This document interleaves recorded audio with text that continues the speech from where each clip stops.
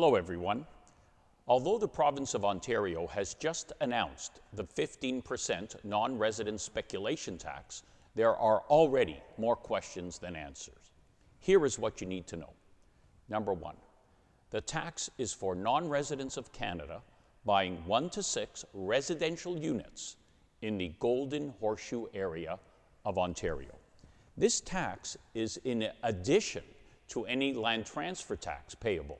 It applies only on 1 to 6 units of a residential property purchased by a non-resident of Canada in the Golden Horseshoe region of Ontario, including Toronto, Niagara, Hamilton, Peterborough, Simcoe, Waterloo, and York.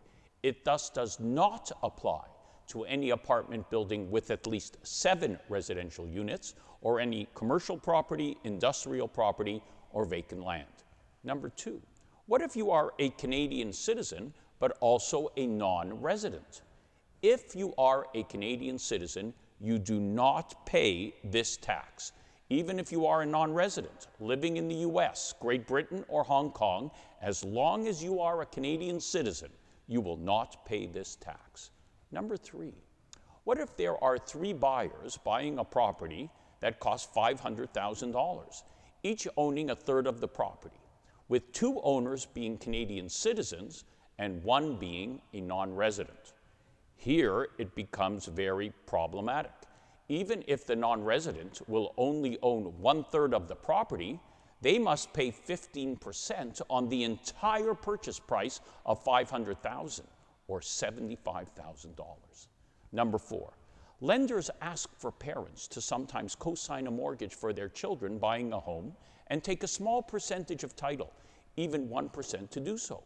What happens if the children are permanent residents of Canada, but the parent is a non-resident?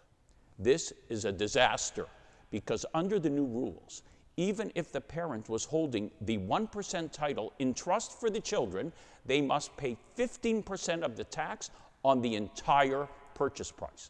Mortgage brokers, lenders, and realtors must be aware of this when qualifying potential buyers. In this regard, lenders will have to start giving serious consideration to accepting a guarantee instead from the non-resident parents to avoid the non-resident parents having to take any interest in the property, triggering the tax.